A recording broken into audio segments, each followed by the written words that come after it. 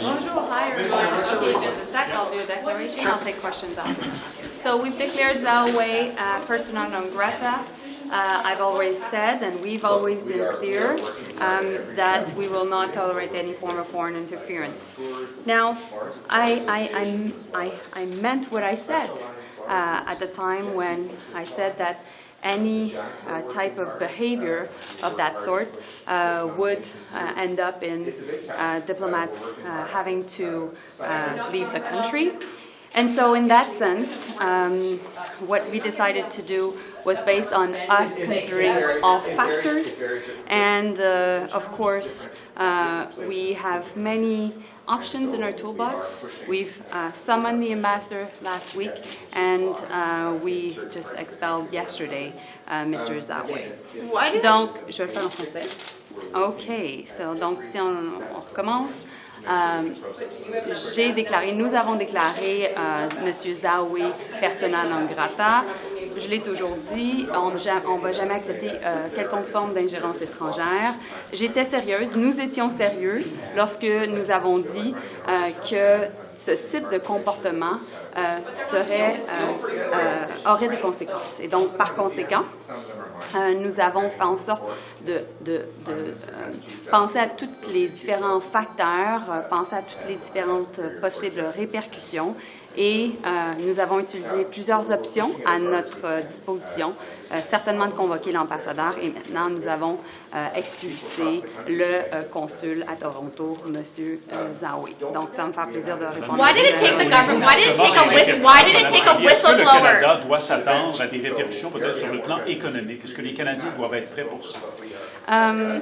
Premièrement, nous prenons note de la décision du gouvernement chinois d'expulser notre consul général à Toronto.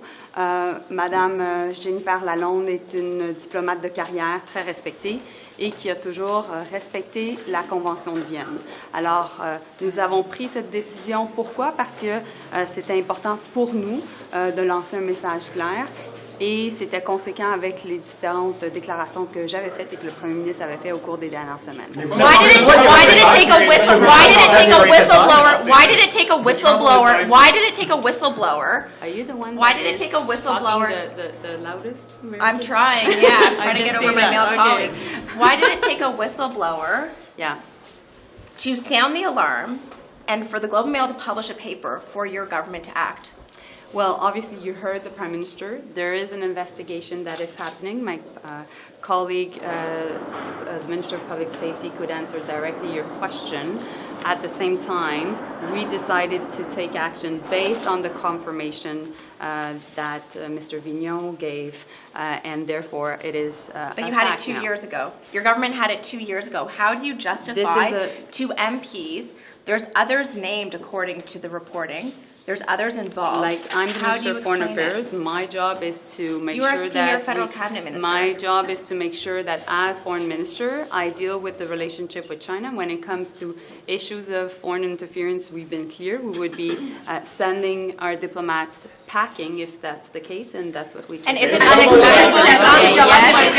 Yes. Minister, the travel advisory has not been updated at this point. Is the risk to Canadians in China unchanged? Well, the travel advisory already says that Canadians should make sure to show high caution when taking the decision to travel to China, and we will adapt it to make sure that that Canadians are always made aware of what are the different risks linked to traveling in a foreign country. Est-ce que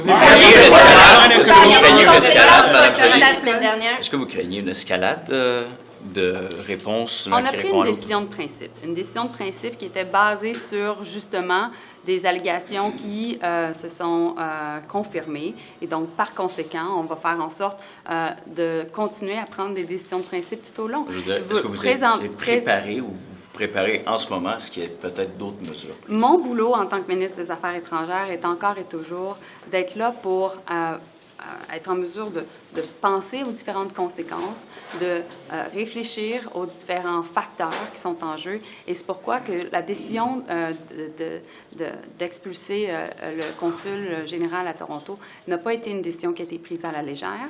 C'est une décision que je pense que nous devions prendre en prenant un certain temps, mais en même temps faisant en sorte de gérer la situation avec le calme, mais aussi le sérieux nécessaire. Are you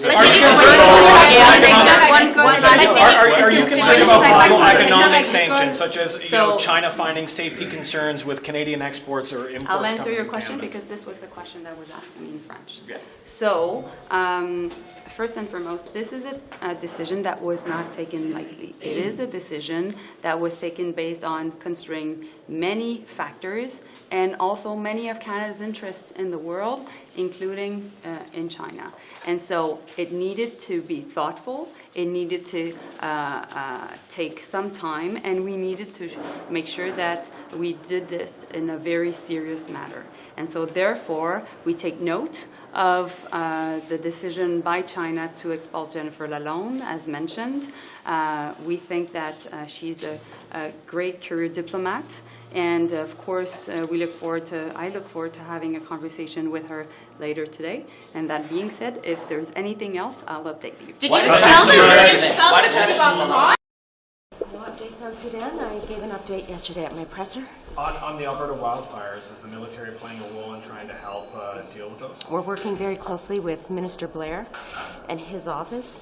We stand ready to assist in any way possible.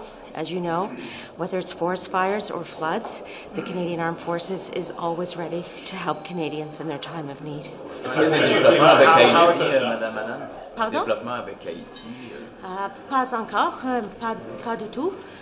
Mais nous sommes là avec nos alliés pour tous les pays. Donc, les pays ont besoin de l'aide. Combien de militaires sont prêts à être déployés pour les feux? Ce n'est pas une question où j'ai une réponse à ce moment-là. Comme j'ai dit en anglais, mon bureau travaille très proche avec le ministre Blair et son bureau aussi. Mais le fait est que nous sommes là pour les Canadiens pendant les feux de forêt et les choses comme ça, parce que ça, c'est notre rôle, surtout ici au Canada. En combien de temps vous pouvez déployer des militaires? Ce n'est pas une question où j'ai une réponse à ce moment-là. Comme j'ai dit en anglais, mon bureau travaille très proche avec le ministre Blair et son bureau aussi. Mais le fait est que nous sommes là pour les Canadiens pendant les feux de forêt et les choses comme ça, parce que ça, c'est notre rôle, surtout ici au Canada. En combien de temps vous pouvez déployer des militaires? Comme j'ai dit, nous travaillons très proche avec le bureau du ministre Blair. Ça, c'est important à ce moment-là de continuer d'être là pour les Canadiennes. Mais ça, c'est une question que nous examinons maintenant et nous continuons de faire ça. On the August story that the Globe had yesterday, you seem to not really confirm or deny what's being reported. Would you like to confirm whether we do want to join us?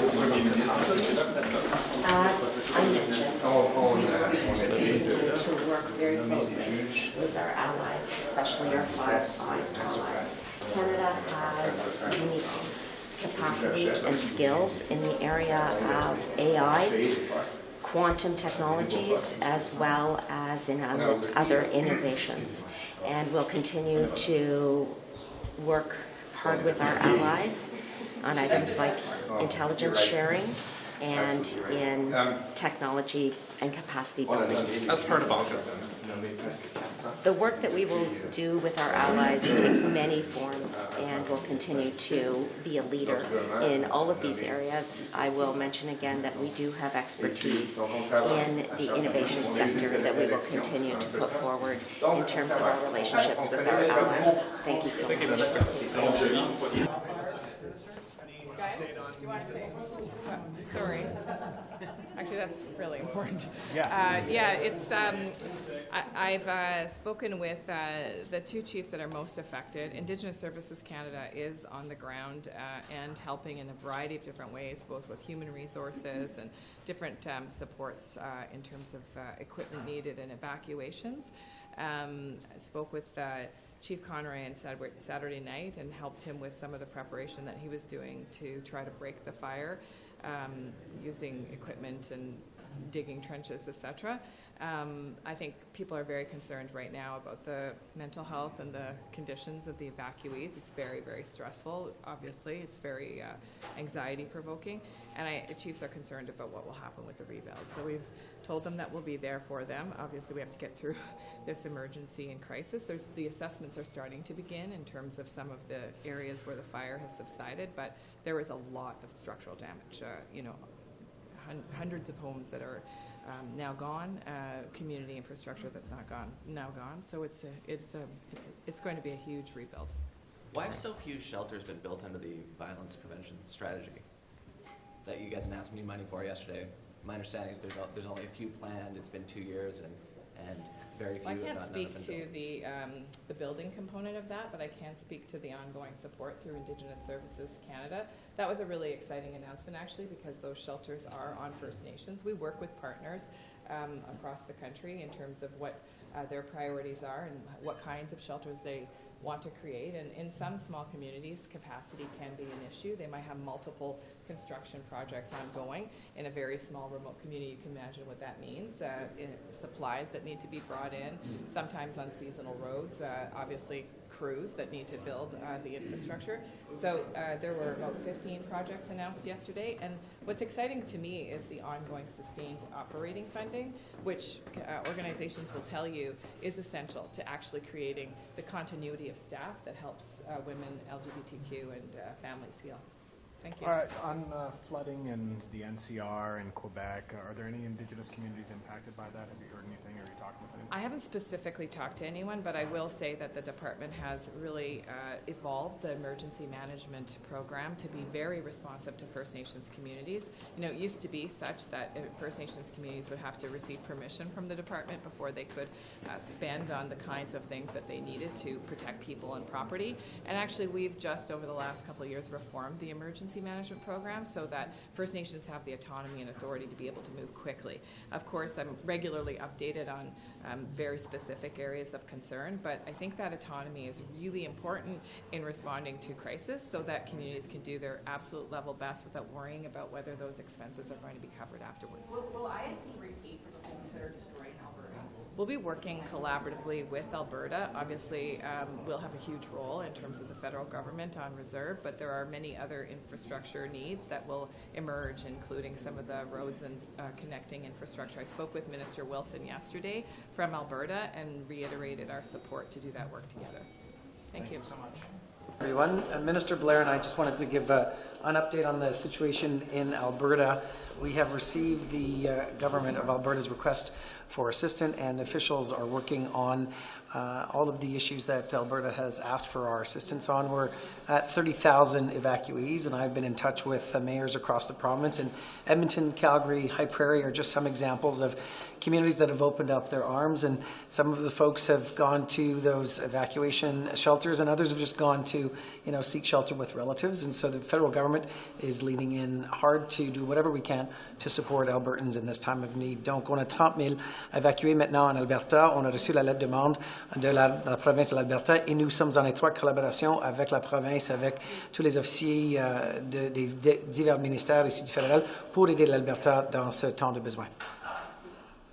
Can you tell me sorry, do you have any, this is not related to, what sort of protective steps could Canada take in the event that talks in the U.S. to raise the debt ceiling drag out until June?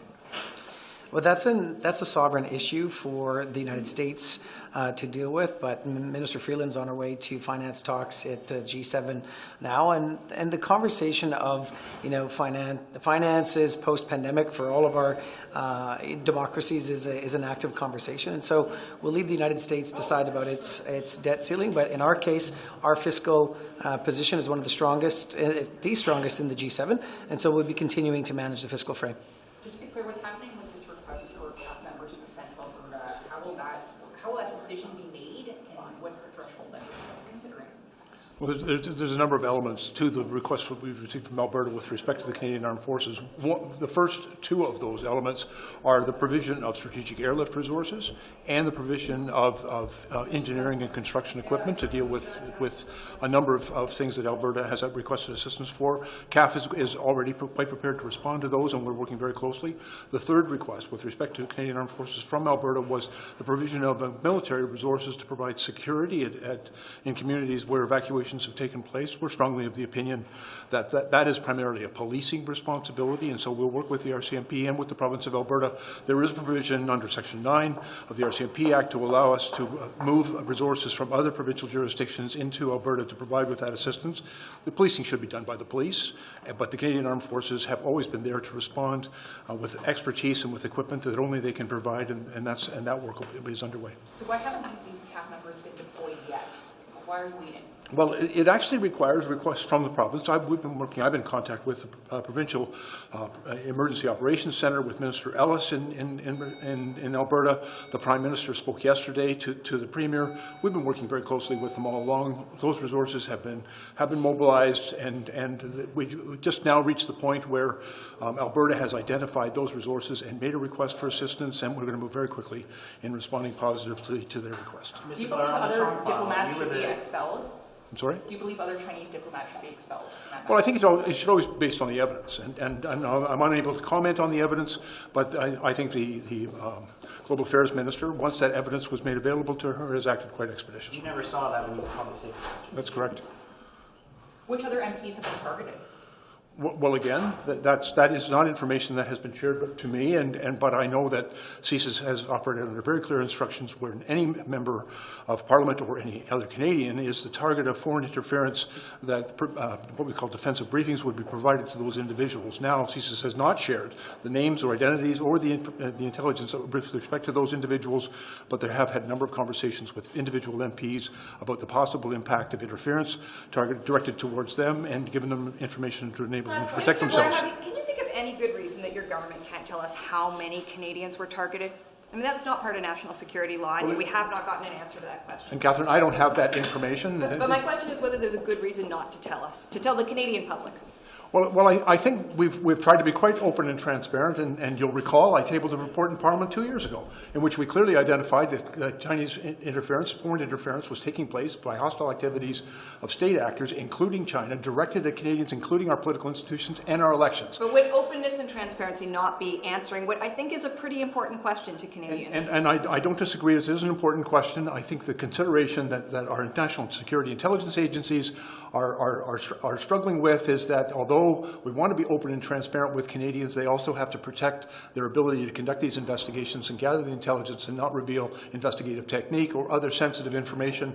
And so it's an important balance that they're attempting to obtain. I just don't understand how a number would impede that. I don't believe the number does, and I've been told that they have conducted, and I believe the number, but it's approximately 48 different individuals have been received what we call defensive briefings. Now, I don't know the nature of the intelligence or any particular interference or even threat that may have been directed towards those individuals, so I just simply don't have that number. But are they not good enough then if Mr. Chong wasn't informed about his own particular circumstance? I'm sure who's not good enough? I'm sorry. Those defensive briefings, as you call them. Well, again. 49 MPs are being told that they've got a problem facing them, and the result of that is Chong doesn't even know his own family's being smoked out. And again, Tom, I didn't have that information. I'm not aware of the basis upon which that briefing what took place with Mr. Chong or any other MP. We were not informed about who was being spoken to or the information that they were being spoken to about. You were the minister at the time, and you didn't even know that? I am concerned that information was not made available to me. Is this just China or other countries? Certainly,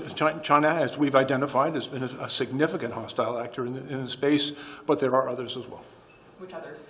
Well, again, we've identified a number of the hostile activities of a number of foreign countries.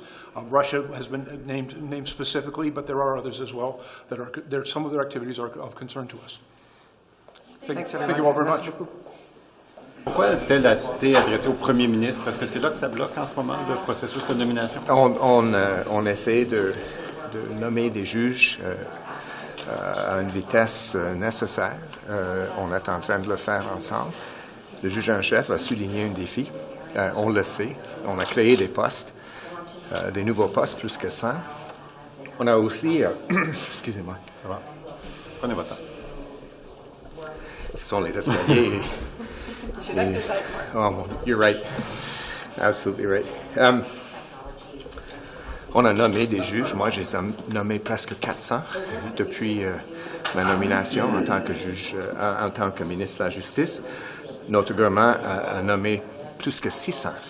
Donc, on travaille acharnement. On a eu 2 élections entre-temps. Donc, on travaille. On connaît le problème. Est-ce que vous êtes d'accord avec les conséquences possibles s'il manque des juges sur la démocratie, sur les institutions démocratiques? Je suis tout à fait d'accord. C'est un problème sérieux et on attaque le problème. In English, can you explain, though, I mean, that level of appointments falls to you, not the Prime Minister. So what is actually the obstacle? Are you just not getting the applications? You don't have the staff to process them? You can't make a decision fast enough? Like, what's happening? Look, we are working hard at every step. We're recruiting. We're working with. I've done tours with bar associations as well as specialized bar groups to get people to apply. The Jacks are working hard. We work hard to push nominations through. It's a big task. We're working hard at it.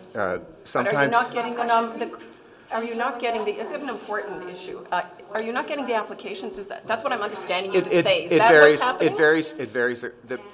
The challenge is different at different places in the country, and so we are pushing to get people to apply in certain parts of the country more than others. Again, it is a big picture.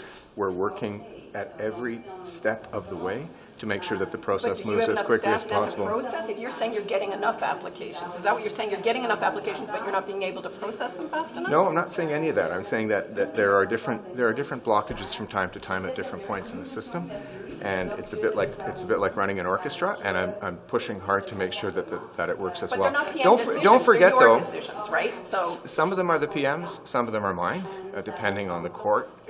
The Prime Minister has Chief Justices and Associate Chief Justices, and I have Superior Court judges and Federal Court judges.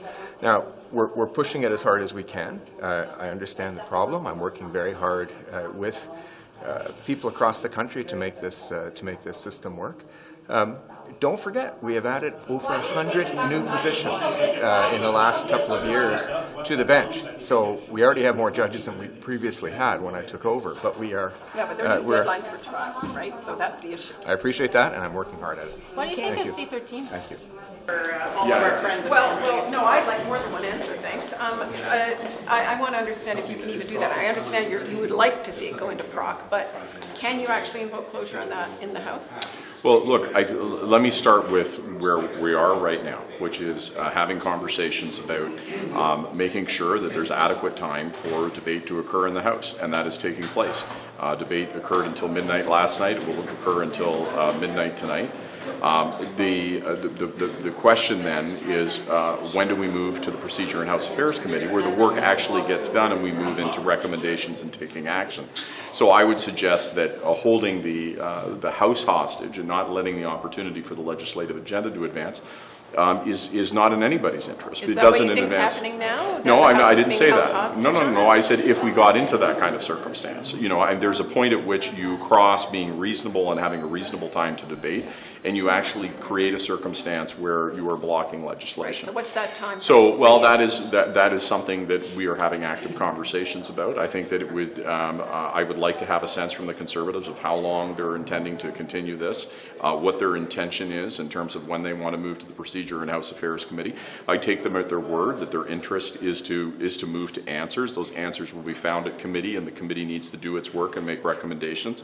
So I want to know exactly when they're ready to move there, and I think that's a fair question. You because have we that- have have that incredibly important legislation right now in terms of firearms legislation in C21. We have official languages legislation in C13.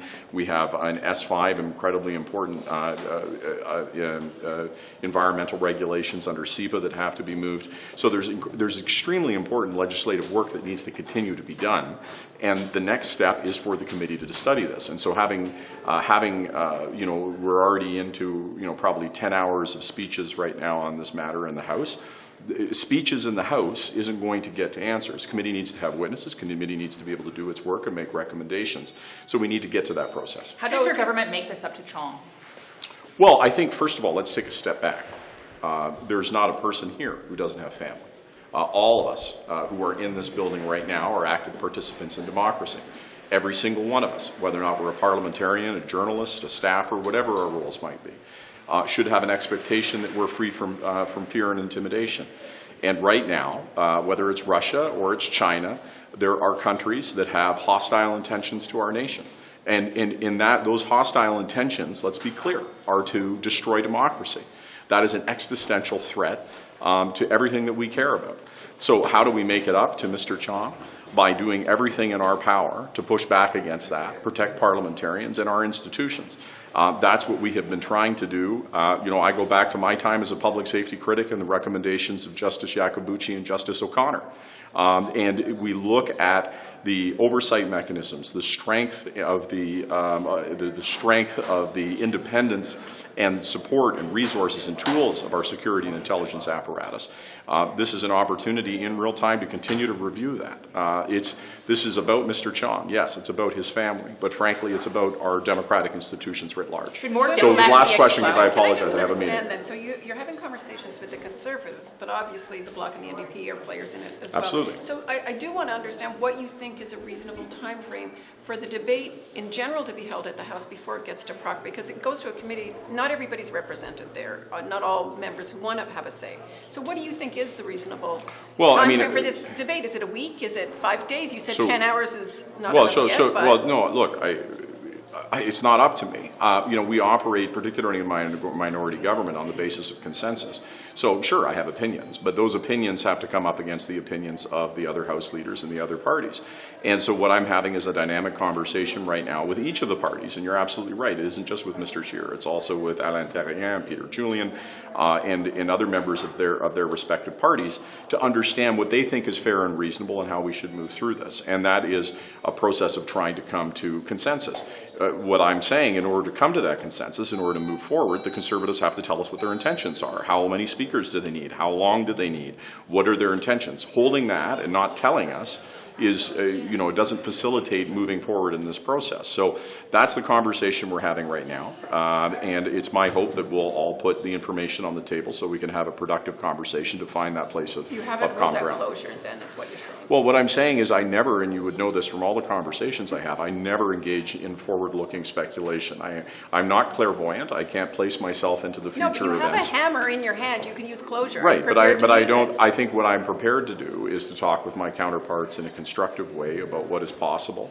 And I think that engaging in speculation about what I may or may not do in the future it doesn't do justice to the conversations that have to happen now when we're trying to seek consensus.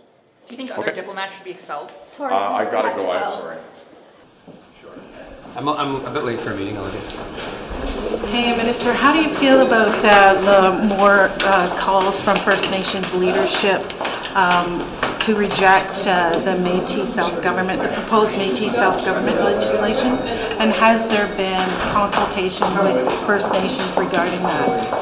Well, you know, over the past while, as people digest the Daniels decision and as we do what we have been asked to do, which is move with Métis to recognize their Section 35 rights, notably in the area of self-government, there have been concerns expressed by First Nations communities. I think what's clear from that is we have to move equally on recognizing rights that First Nations have put forward and we have been slow at responding on, as well as with Métis communities. Obviously, these are legal obligations that the Government of Canada has a fiduciary obligation to fulfill.